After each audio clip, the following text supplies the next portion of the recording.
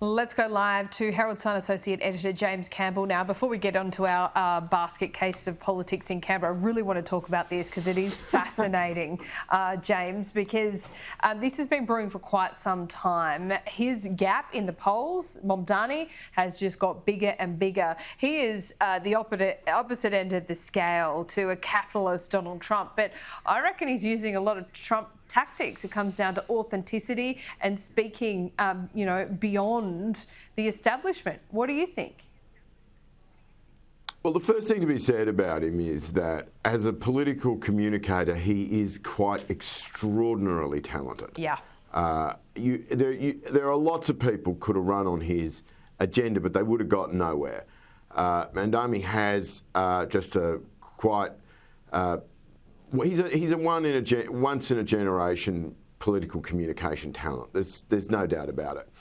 It's also, I think, interesting that the kind of social media that is most popular now has really suited him. It's not Twitter. It's not that kind of declaratory style. It's TikTok. It's short form videos. Many cases that are kind of quite conversational. In the first few ones of his I saw, he was just on the street talking to New Yorkers, asking them, would you like a candidate who was doing this? Would you like a candidate who was that? And it was like he was really listening to them. And then he said, well, I'm this guy, and I'm the guy who's promising that.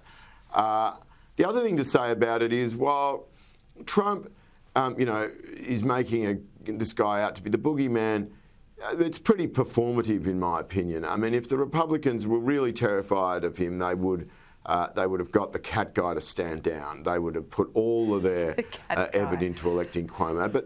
But they haven't done that because, let's be frank, Donald Trump really wants this guy to be around in the midterms. He wants to run against him. Okay. He wants to be able to say, more about the Democrats than it does the state of Donald Trump's politics. Yeah, absolutely. Correct. They are nowhere. The Democrats. This is where the Democrats are. If you vote a Democrat-controlled Congress, this is who you're going to get, right?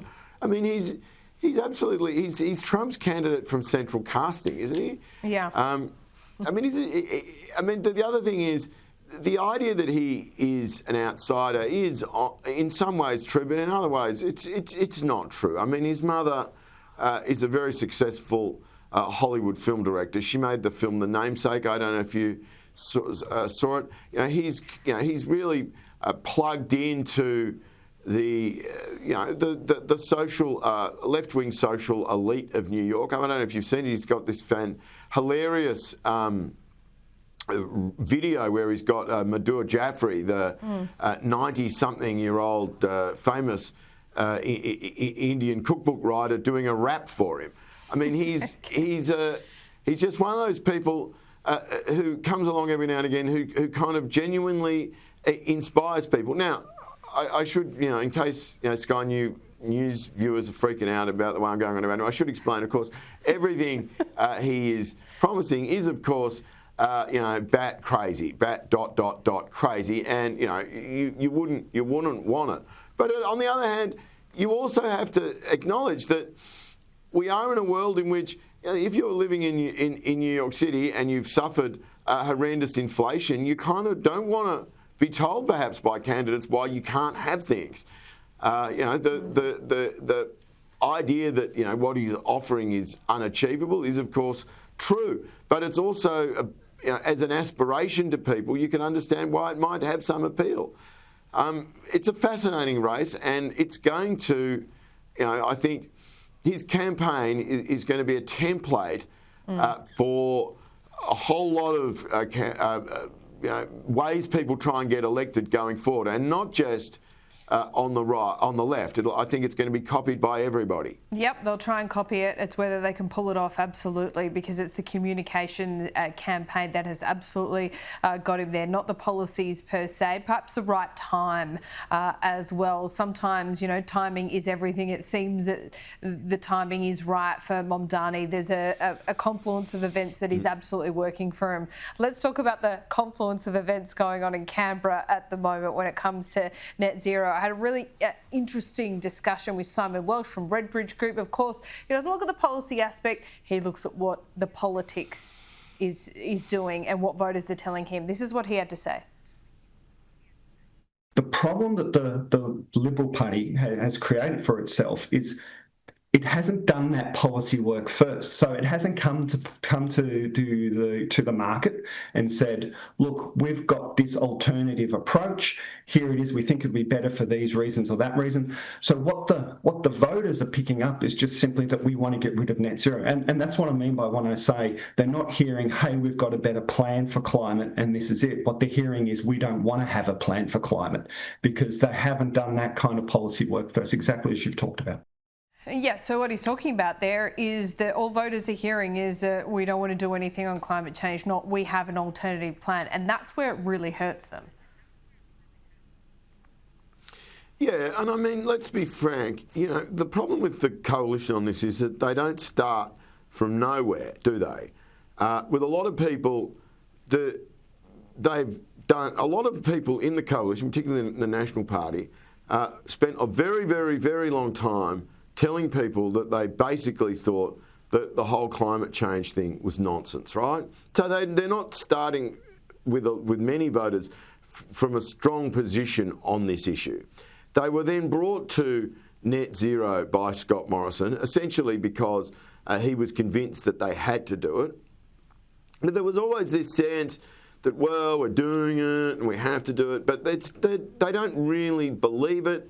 They never really wanted to be there.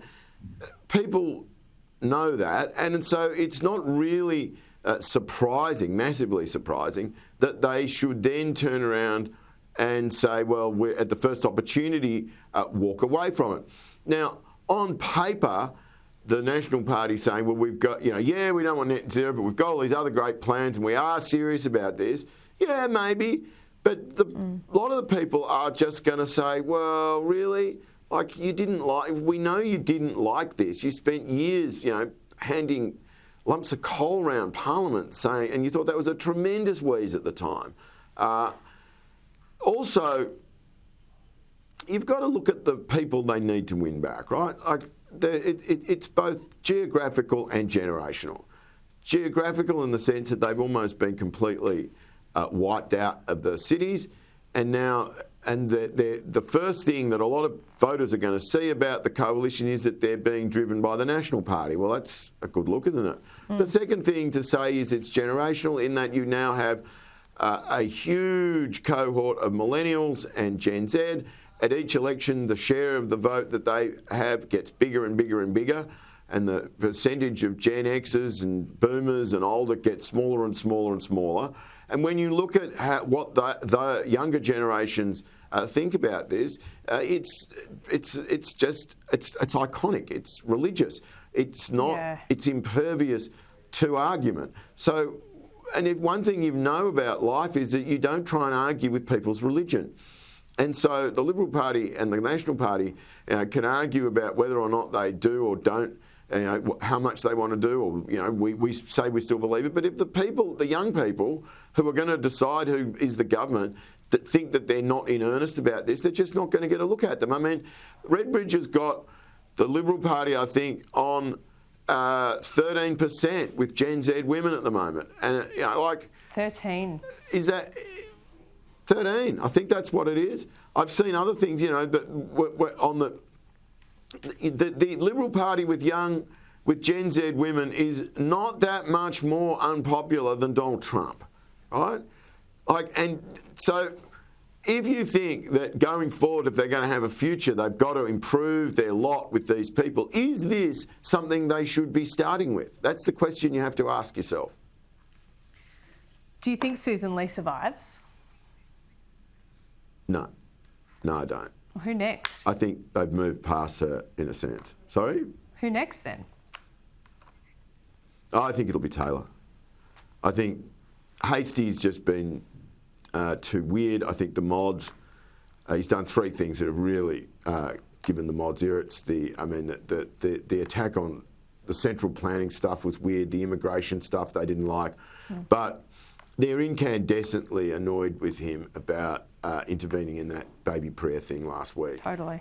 Bringing in late-term abortion into a bill that was designed to,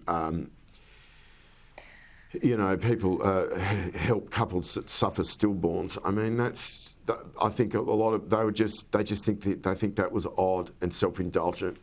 I think the winner out of the Andrew Hastie, kind of roadshow of the last month has been Angus Taylor. Well, we will see. I think you're right with that. That went into very strange areas. And just for clarity, James, it was him bringing into this basically payments to help couples who have stillborn babies so they don't have to rush back to work. His vague suggestion was that that women might then be encouraged to have late-term abortions. That's pretty much the flavour of it, isn't it? It was that to be more charitable, perhaps he was saying that the bill needed to be tightened so that it didn't apply in those circumstances. But it just felt it was against the whole spirit of the rest of the House. I mean, it was one of those rare moments where there was unanimity, and he and I think it was Passon and Joyce and I. The third, the other speaker's name escapes me, introduced a note that really annoys. But I was told, a couple of people have said to me that there wasn't a coalition woman who wasn't steaming about that. Yeah, okay. I've got to ask Barnaby about that next time. James, thanks so much. Appreciate it. You're welcome.